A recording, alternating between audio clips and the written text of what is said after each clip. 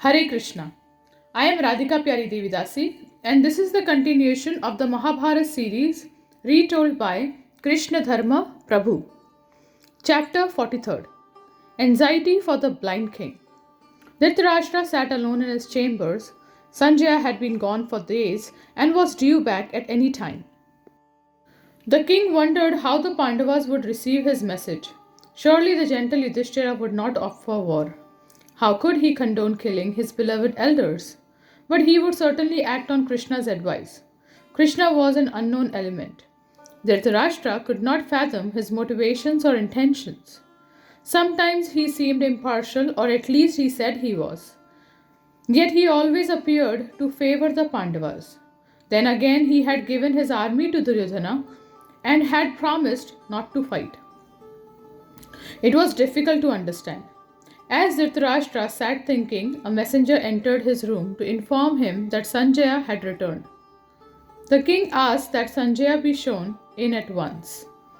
Sanjaya entered the chamber with clasped hands and stood before Dhritarashtra.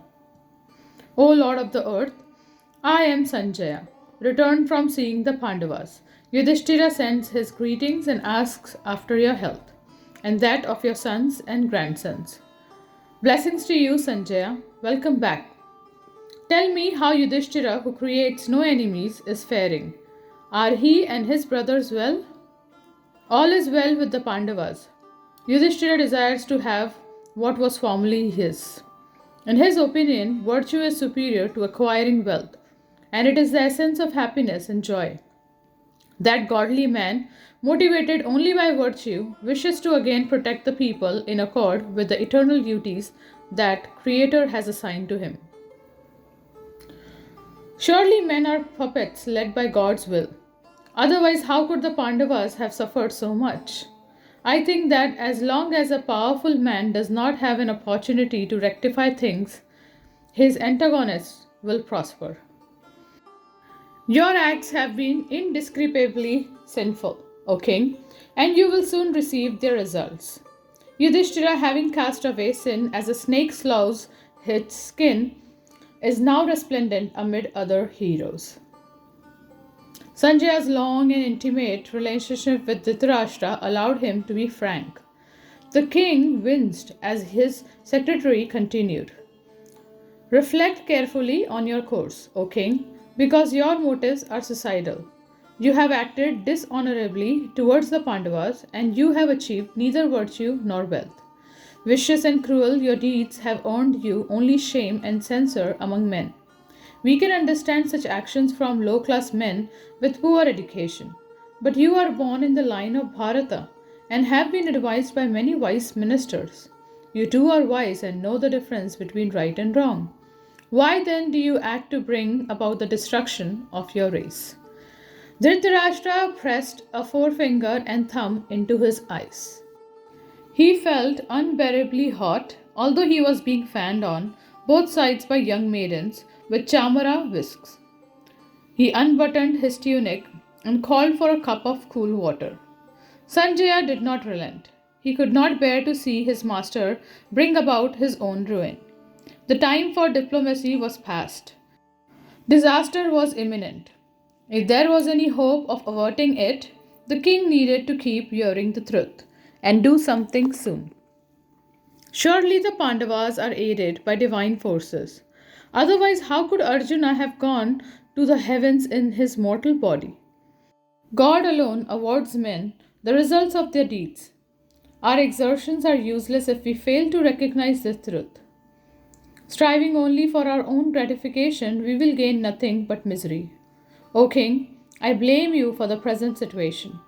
You have acted without regard for God's laws. If you do not reverse your decisions, you will be responsible for the annihilation of innumerable men. Arjuna will destroy the Kurus as fire destroys a heap of dry grass.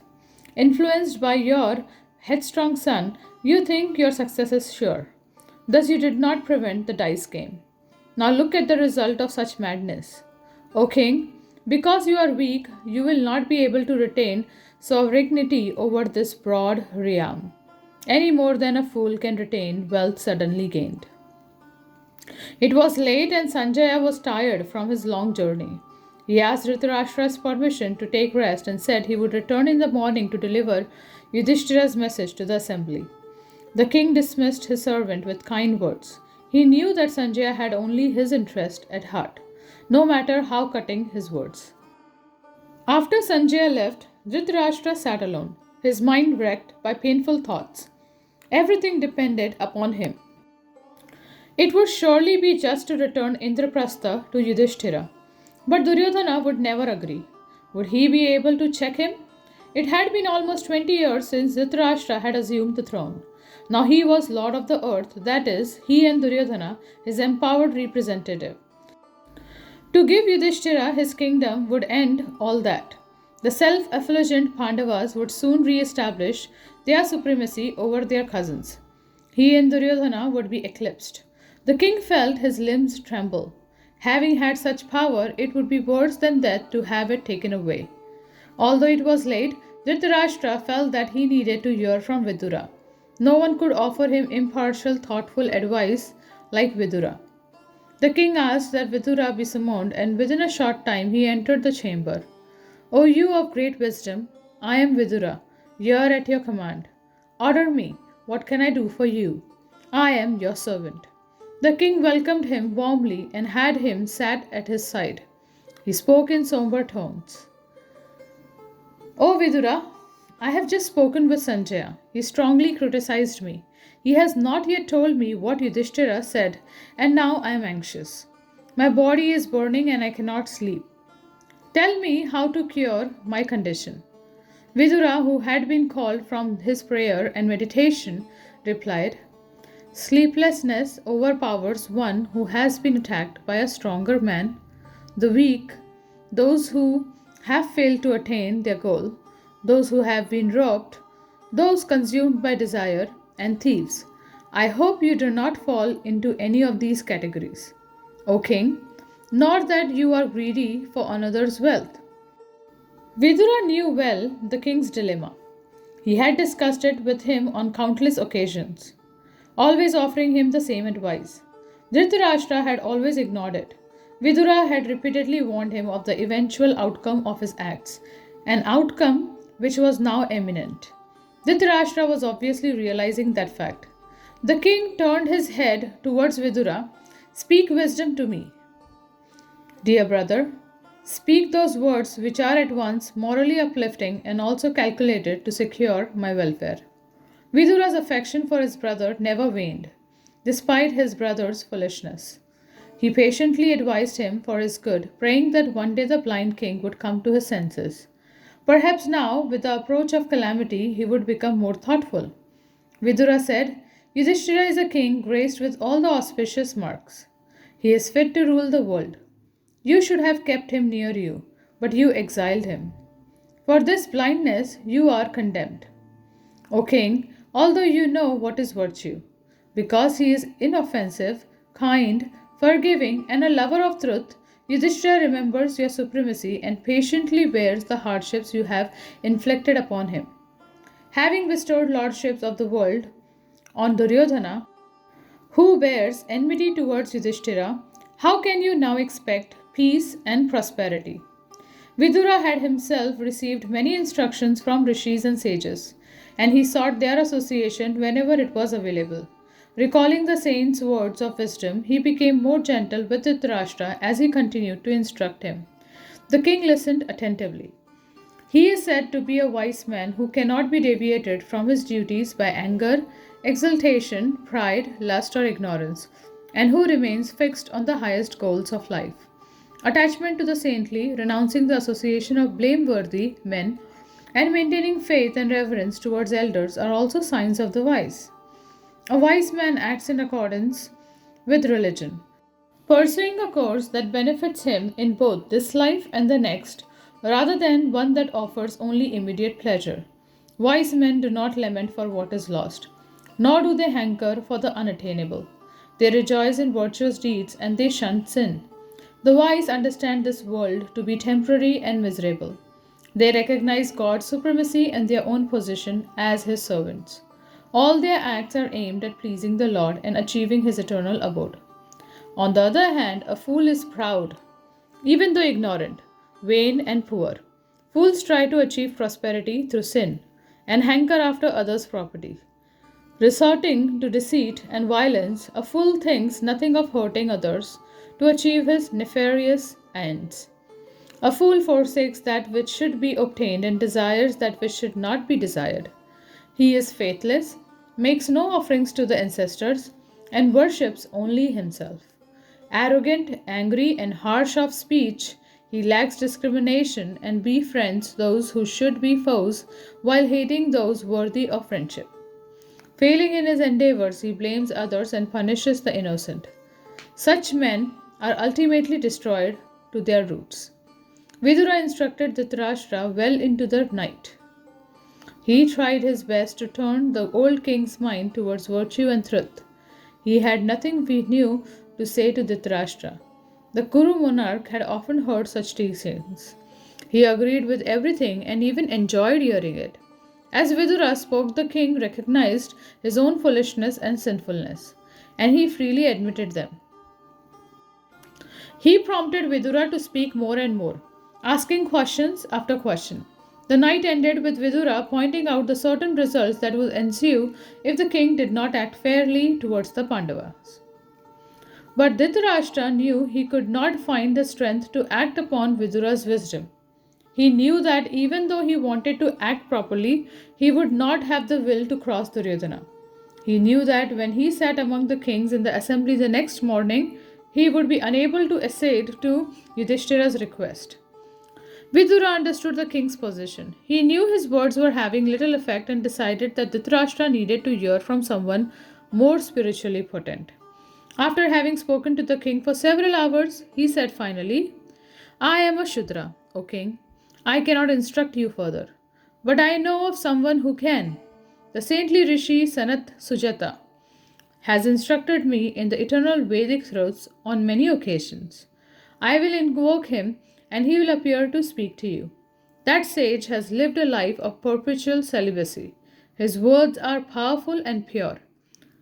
With your permission, I will call him. Dhritarashtra assented and Vidura sat in meditation, fixing his mind on Sanat Sujata. The rishi divined Vidura's thoughts by his own power and he came there at once.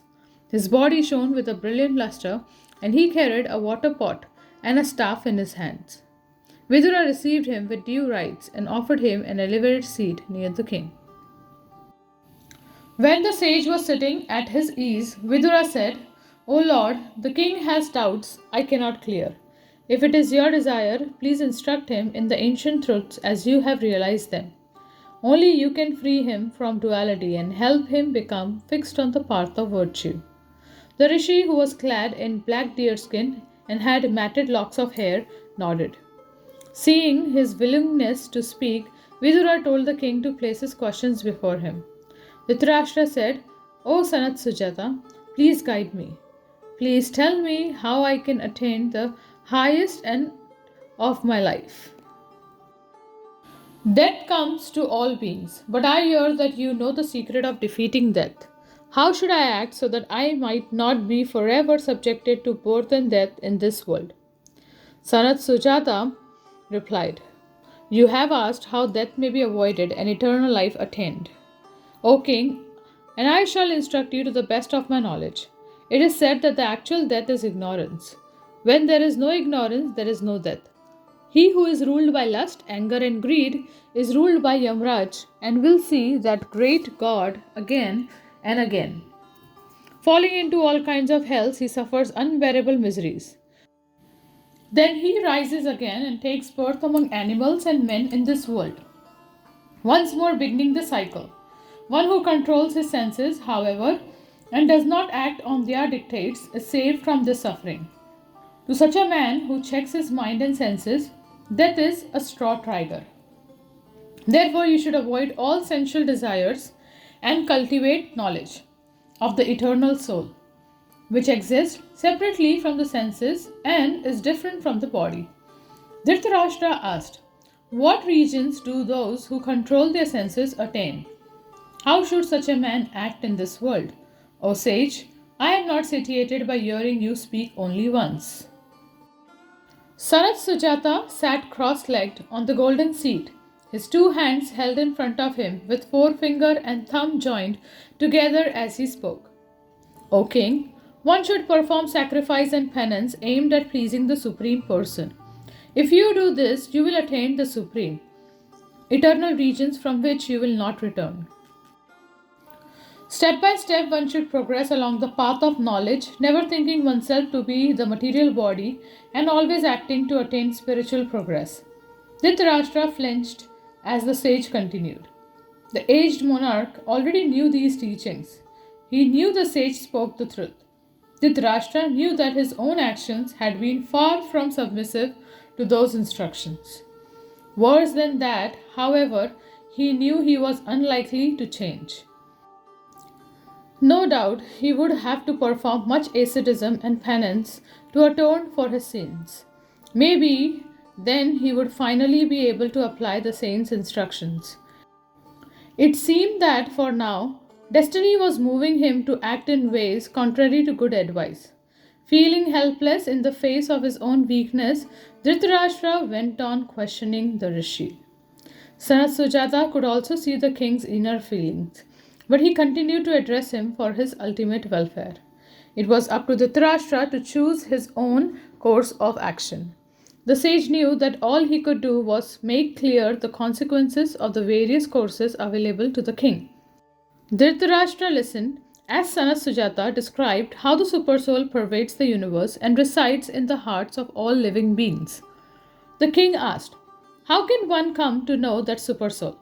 The Supreme, who is known as Brahman, can only be known by one who has attained the same spiritual nature as him. That nature is attained by the practice of serving the spiritual master, studying the Vedas, observing celibacy, practicing asceticism, and abstaining from violence towards others. Gradually, one will become free of the material nature influence and become situated in his original spiritual nature. Then, by meditation, one can know the Supreme. Dhritarashtra was intrigued. What form does the immortal and omnipresent Supersoul have in this world? Is he white, red, black, or some other color?